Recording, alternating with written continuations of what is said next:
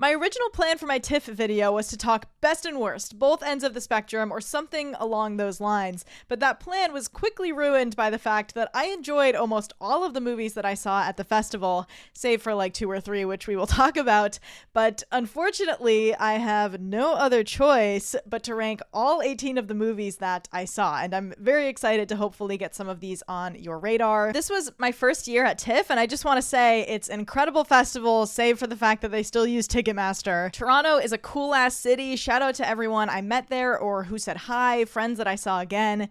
It's always a delight, but we don't need to waste time. There's lots to talk about. Let me know what you guys are looking forward to from TIFF or other fall festivals, and let's get into it. In last place, number 18, I have The Wizard of the Kremlin. This is a great title. It intrigued me. I loved Olivier Assayas's film Personal Shopper, and of course, I wanted to know what a Jude Law Putin would look like. Turns out the answer is not good, shockingly. This is a surprisingly dull biopic for being about some of the most evil, calculated men ever, and it doesn't actually center around Putin, but Paul Dano's Vadim Baranov, who's like a fictionalization of Vladislav Surkov. It's based on a book, and in the film, he transitioned from theater to politics, and there's this approach of politics being like his art form. He becomes the titular wizard, but not only do you not really feel the effect of that, once Putin arrives, it's not doing anything particularly interesting besides the power-hungry men routine that we've seen a zillion times. There are also no Russian accents attempted, so Putin is British, which unfortunately is distracting.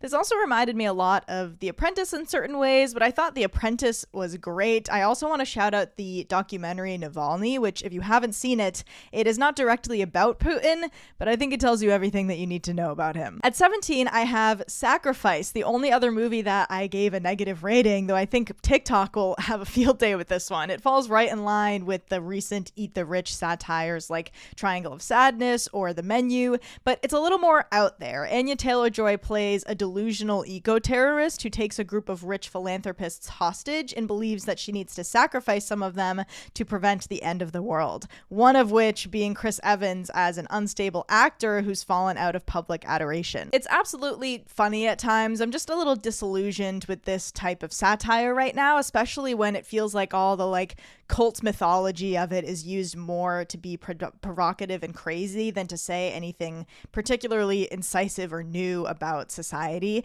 But I do love Anya Taylor-Joy and her cute little wigs. And also a warning to Charlie XCX fans, she is sadly only in it for like a minute or two, but Young Lean has a more significant role, and they were both fun to see pop up. At 16, I sadly have Ballad of a Small Player, a film I was really excited for. This is the new film from Edward Berger, who has become widely acclaimed for directing All Quiet on the Western Front and Conclave. And I will say, I love the way this looks and how it's shot. It's like neon noir maximalism with canted angles and glitzy reflections. It's like my ideal movie visually, but otherwise I was very let down.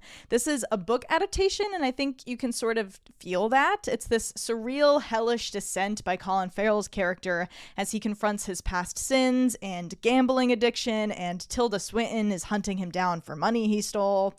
There's a lot that I like about that, and I think a lot of people will enjoy the more allegorical plot twisty elements of it, but I didn't feel like there was a real beating heart underneath it all. I was actually reminded of Michael Mann films like Black Hat and Miami Vice at times with, you know, the cityscapes and lost souls, but it's lacking the soul and quiet profundity that makes Michael Mann's films so special. So people were sad about my rating for this, but check it out if you want, if it eventually gets picked up. Colin Farrell is really great in it, at least. My number 15 is a movie called Whitetail. This is about an Irish woman who experienced something very traumatic growing up, and years later, Oscar, the man who was there with her when it happened, returns to her town and brings up bad memories that she has to confront and navigate. This is a gorgeous film. It was shot in Ireland, I believe, and Natasha O'Keeffe, the lead, is really moving in it, but I thought it got a bit redundant and was unsatisfyingly broad or nondescript about a really specific sort of trauma, so I gave it 3 stars. It wasn't my favorite of the fest, but it's worth checking out if it gets distribution. My number 14 is Hedda, Nia DaCosta's adaptation of the original stage play that has a queer spin starring Tessa Thompson and Nina Haas. I liked Hedda, especially in the first 30 minutes. It's this sexy, melodramatic chamber piece with all different personalities and character dynamics. But as it went on, I not only lost some interest in the craziness, but found it progressively less believable. But It looks amazing. Nina Haas and Tessa Thompson are like electric in it, and it's very well directed. I'm excited to see what Nia DaCosta did with 28 Years Later, The Bone Temple, and Hedda will be on Prime Video on October 29th. At 13, I have the new David Mackenzie movie, Fuse, a movie I was slightly disappointed by, but still had a good time with. We got to see it in IMAX. The premise is that a heist is happening at the same time that an old World War II bomb is discovered in London and starts ticking down, and it is as gloriously dumb as that sounds, filled with sexy men and double and triple crosses, a twist that you can see coming in the first 10 minutes, and a last 10 minutes that probably doesn't need to be there. 3.5 stars, no notes. I'm sure this will be released in the US in some capacity. It's currently confirmed for the UK and Ireland. So it was fun. Check it out. My number 12 is James McAvoy's directorial debut, California Schemin'. I think a lot of people don't even know that this exists, and they should, because it's delightful. It's based on the true story of these two young Scottish rappers, Billy Boyd and Gavin Bain, who pretend to be American from California in order to get a record deal, which has turned into this more emotional journey of identity and how it affects their relationship, alongside all of the typical musical biopic cliches. James McAvoy is in it as a music producer, and he put himself in a split diopter shot, which is incredible. It's overall like a safe but really solid debut from him, I think. In many ways, it is basically Kneecap from last year. They're very similar. If you enjoyed Kneecap, you will almost certainly like California Schemin', and this one also is currently confirmed to be released in the UK and Ireland. At number 11, I have Guillermo del Toro's Frankenstein. This feels low in the ranking, I know, but again, I liked almost all of these movies, and Frankenstein is no exception, even though I have some reservations about it. I'd like to do a full-length video for this, so I won't go too much into it, but I think it is important to not expect your ideal version of Frankenstein, but to expect Guillermo del Toro's version of Frankenstein, because that is exactly what this is, for better or for worse. He's the king of sympathetic monsters, and though I think those sensibilities can strip the original text of its depth a little bit here, it also creates a more pointed story about what I saw as an abusive parent. So I'm excited to talk more about the changes that were made. The production design is incredible. I think Elordi and Oscar Isaac are very good, and I think people will love it when it comes out in like October, November. It gets a limited release, and then it's Netflix, I think. At number 10, I have Dead Man's Wire, which was one of my most anticipated films at the fest, just because I miss Gus Van Sant. And though this feels like a safe outing from him, it fully delivers on being an exciting, very funny homage to 70s thrillers. It's based on the true story of Tony Kuritzis, who held a bank mortgager hostage on a dead man's wire, meaning that if anyone disconnected them, the shotgun would go off, which I'd never heard of before. He felt they had screwed him over as the little guy and demanded money and an apology, and he went on to be seen as an American hero by the American public for taking this action against predatory financial institutions. So there's a lot in here about like the media frenzy that happened around it, and it will all remind you very much of the recent event involving a man named Luigi Mangione. So it's timeless, really, in a capitalist society, and it just got picked up by Row K Entertainment, so it will be somewhere at some point for you to see. At number 9, I have The Christophers. Steven Soderbergh is on such a generational run of making sleek, economical chamber pieces that he is just pumping out. This is his third film in the last year. He is not human. It stars Michaela Cole as an artist who gets hired to fraudulently finish Ian McKellen's aging artist's final series of paintings called The Christophers that he refuses to complete. But things get complicated, and they butt heads and learn from each other in this battle of wits that explores what it means to create art, what our obligation is to the people who consume our art. There's stuff about cancel culture and self-efficacy and talent and just being a person. I found it very moving in a quaint, naturalistic sort of way, and this is definitely his least formally ambitious of his recent projects, but it's fitting for that tone. Sadly, I don't think there's any distribution news for this yet, but hopefully soon. Highly recommend. At number 8, I have Hamnet. This was the big buzzy one to come out of all the fall festivals, and I liked it, but not quite as much as the hype had me hoping for. Chloe Zhao is finally back after the Eternals, and she won the People's Choice Award for this again. She won the People's Choice Award for Nomadland as well. And this is an adaptation, actually, of the book of the same name that it is essentially Shakespeare fan fiction. It's like a fictionalized backstory for why Shakespeare wrote Hamlet. And that sounds so unromantic. It's much more beautiful in the film. But Chloe Zhao realizes the emotional climax of the movie in a really grand sequence that I enjoyed and felt moved by, but at the same time, I felt so aware of what the film was doing that I wasn't able to get fully swept away by the moment, and the entire film kind of it rests on that catharsis. It's not helped by a song that's played, which I'm sure a lot of people have heard about by now, but if you haven't, I won't say what it is. I just can't help but think that it's all trying too hard to create an emotional response in a film that otherwise really earns it. It's incredibly acted, especially Jessie Buckley, and I loved Jacoby Jupe as well, and it's a really effective story about loss and parenting and how we process our life through art. But don't listen to me, it'll probably win Best Picture, and it's getting its wide release in mid-December. At number 7, I have Blue Heron, a movie I was so excited for, but I don't feel totally comfortable evaluating because my screening didn't have subtitles for the Hungarian spoken in it, which isn't the whole movie, but like, it's part of it. And this is another one that I didn't connect with as much as I was hoping. So who knows if that's part of why. But this is going to be compared to After Sun a lot in that it's a memory piece about someone the main character had a complicated relationship with. In this case, it's Sasha with her brother who had a lot of behavioral issues growing up. And she's sort of looking for answers in what hazy memories that she has to work with. But it also dives more into the present day than After Sun does in this sort of metatextual way that's really interesting. So I'd love to see it again, but I really enjoyed it, and I really recommend that people seek it out. At number 6, I have Alice Winniker's Couture, and I'm trying so hard to champion Couture because I thought it was great, but not everyone agrees, apparently. It takes place leading up to Paris Fashion Week, and we follow these 4 women, Angelina Jolie as an indie horror director who speaks French, and she's great in this, a fledgling model, a makeup artist, and a dressmaker. Their lives are like cosmically intertwined as they're all navigating ownership over their art and their bodies, among other things.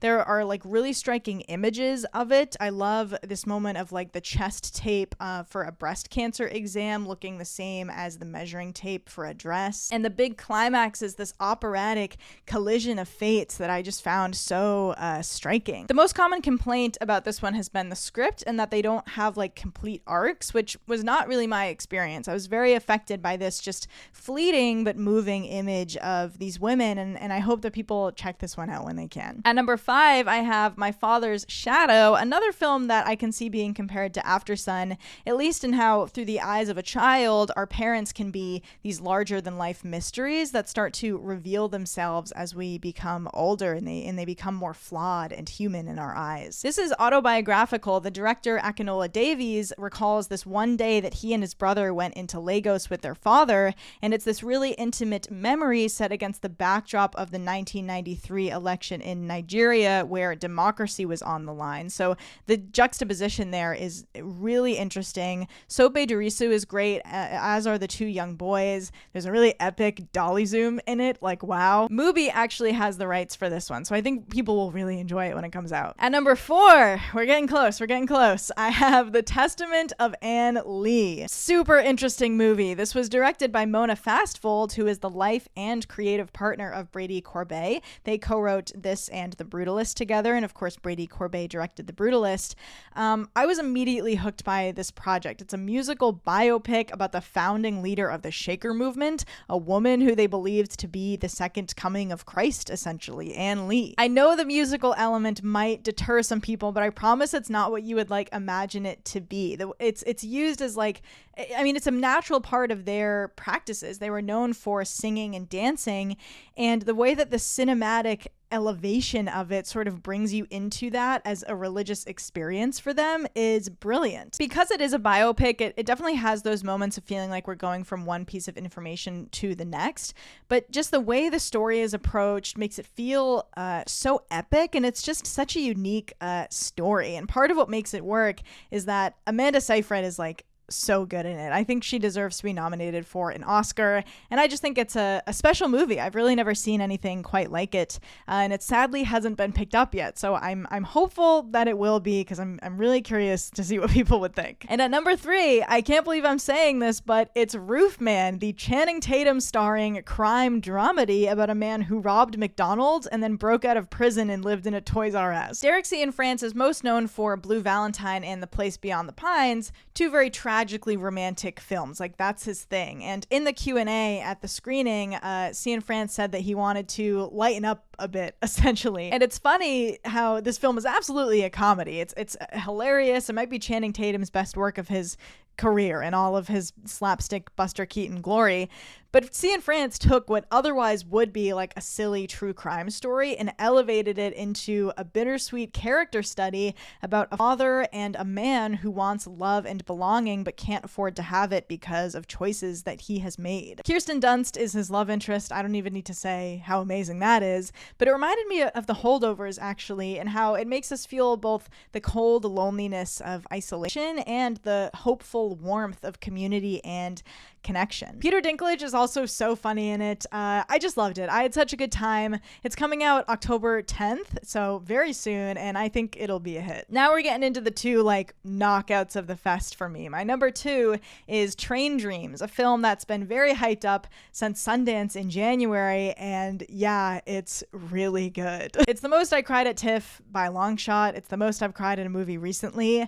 It felt really novel to observe this period of industrial expansion through the eyes of just your average logger. Joel Edgerton is incredible as just that. His name is Robert, and he's one person who might be a small piece of that time, but as you go on this journey with him, the events in his life feel huge, and you feel the weight of them, but also the weight of him just being one person. I found the film to be all about perspective and how our perspective can impact how we engage with the world around us and what happens to us. It's profoundly moving. It has a voiceover narration too by Will Patton that actually reminded me of It's Such a Beautiful Day, and how its simplicity cuts right into the tragic beauty of being alive. I'm gonna cry right now just thinking about it. It's the most strikingly beautiful film ever. It was shot in the Pacific Northwest. Netflix has this, so mixed feelings, but it will get a limited theatrical release in November, so please go see it if you can. But there was no other choice for my number 1 slot than No Other Choice. Ha ha ha. This actually was a really hard decision to make because I loved Train Dreams, but come on. It's Park Chan-wook. It's no surprise that one of his films is wickedly funny and deserving of about 6 Oscars that it probably won't get. But I found this most effective as a confrontation of the dark places we will go when capitalism turns us against each other. Lee Byung-hun plays a man who's been laid off from his paper factory job for many reasons, but especially amidst technological innovations. So relevant. And after struggling to land a job, he devises a plan to eliminate his competition. And it really goes there. There's a lot in it I didn't expect. It's dark and real, but also romantic and environmentalist and hilarious. There's slapstick. There's one scene where people are fighting in a living room. That's one of the best things I've ever seen. In other words, it's a Park Chan-wook film. I absolutely loved it. I believe Neon has this, so go see it when it comes out. But there you have it, my ranking of the 18 movies I saw at TIFF. I went through them kind of quickly. There were just so many, but I'm excited to talk about some of them more at length. And I want to say that there, of course, were some movies that I missed at the festival. I'm really excited for Wake Up Dead Man. I'm excited for The Smashing Machine. And there were some films at TIFF that I saw at Cannes that absolutely would be on this list otherwise, especially Sentimental Value and The Sound of Falling. I talked about those in my Cannes video, which I will tag now. But let me know what you guys think of what played there, what you're excited to see. Are you attending any festivals yourself? Don't forget to like and subscribe and keep an eye out for more videos soon. Thanks for watching.